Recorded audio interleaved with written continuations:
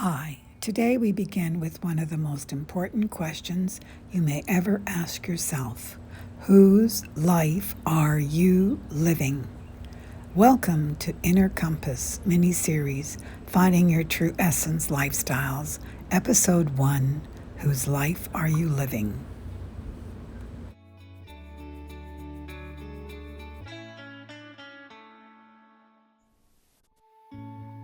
This is a space for reflection, a space for truth, a space where we pause long enough to ask questions that most people spend their entire lives avoiding. Today we begin with one of the most important questions you may ever ask yourself. Whose life are you living? Not the life you post about, not the life others assume you have, not the life that looks successful on paper. The real question is, are you living a life that is consciously yours, or one that was quietly designed for you by the expectations of others? This question can feel uncomfortable because most of us move through life believing our choices are entirely our own. We believe we choose our goals. We believe we choose what success looks like. We believe we choose what matters. But if we look deeply enough, many of those choices were shaped long before we ever became aware of them. They were inherited through family, through culture, through school systems, through religion, through social media, through repeated messages about what it means to be enough. From the moment we enter the world, we begin receiving instructions. Be polite. Be successful. Don't fail. Work harder. Don't disappoint people. Get the degree. Build the career. Get married by a certain age. Buy that house. Look a certain way. Achieve more. Need less. Keep going. And over time, these messages become internalized. They stop sounding like outside voices. They begin to sound like our own thoughts. And that is where the real challenge begins. Because those outside voices eventually become your thoughts, which in turn adopt into borrowed beliefs, which become the most powerful because we adopt them or when we mistake them for personal truths. You may think, I need this title to be valuable. I have to keep everyone happy. Rest means laziness. If I slow down, I'm falling behind. If I choose differently, I'll disappoint people. But where did these beliefs come from? Who taught them to you? And more importantly, have you ever stopped long enough to question whether they actually are true for you? Many people spend years climbing ladders they never chose. They wake up one day with the career, the image, the achievements, the responsibilities, and still feel disconnected. Not because there is a profound difference, but because they succeeded at becoming who they were told to be. Success, as the world often defines it, is external. Alignment is internal. Success asks, what have you achieved? Alignment asks, does this feel true? And sometimes the bravest thing a person can do is to admit that what they've been pursuing no longer feels honest. That can be difficult because questioning your life can feel like betrayal. Betrayal of your upbringing, betrayal of family expectations, betrayal of roles you carefully built. But questioning is not betrayal. Questioning is awareness.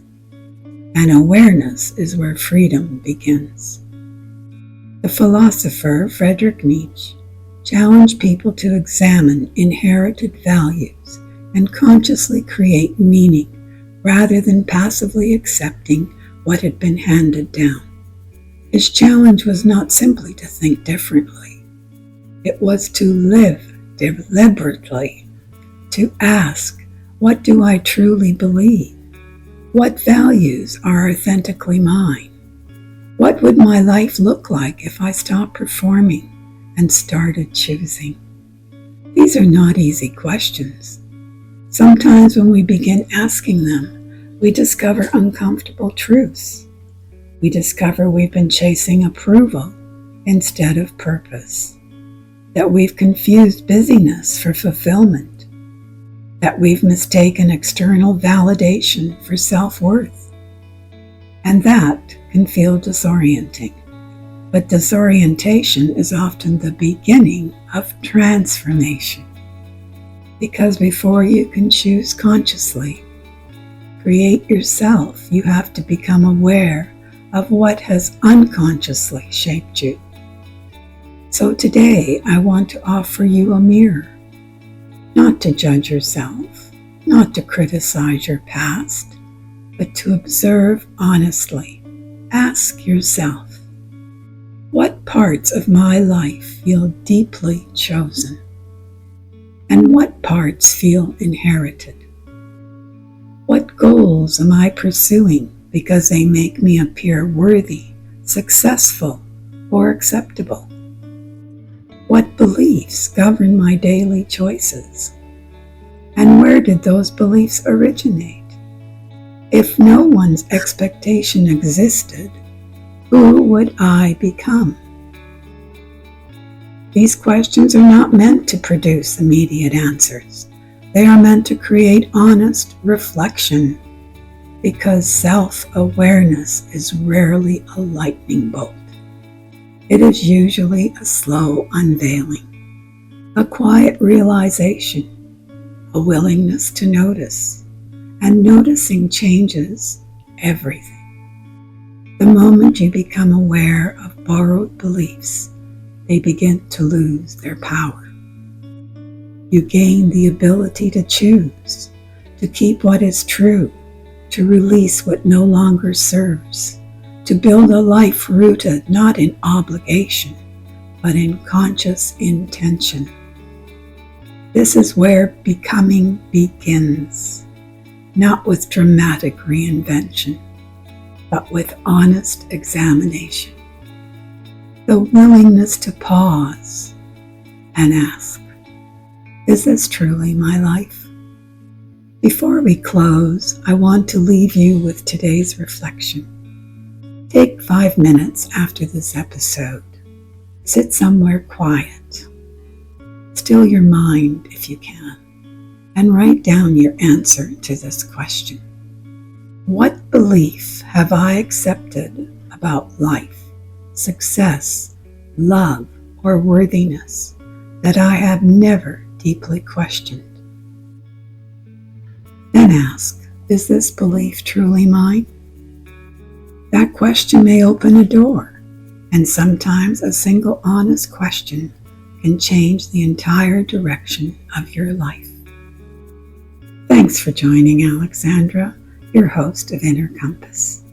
Next, we'll explore borrowed beliefs, how invisible ideas shape our decisions, relationships, and identity without us even realizing it. Until then, dive deep, question honestly, and begin choosing consciously.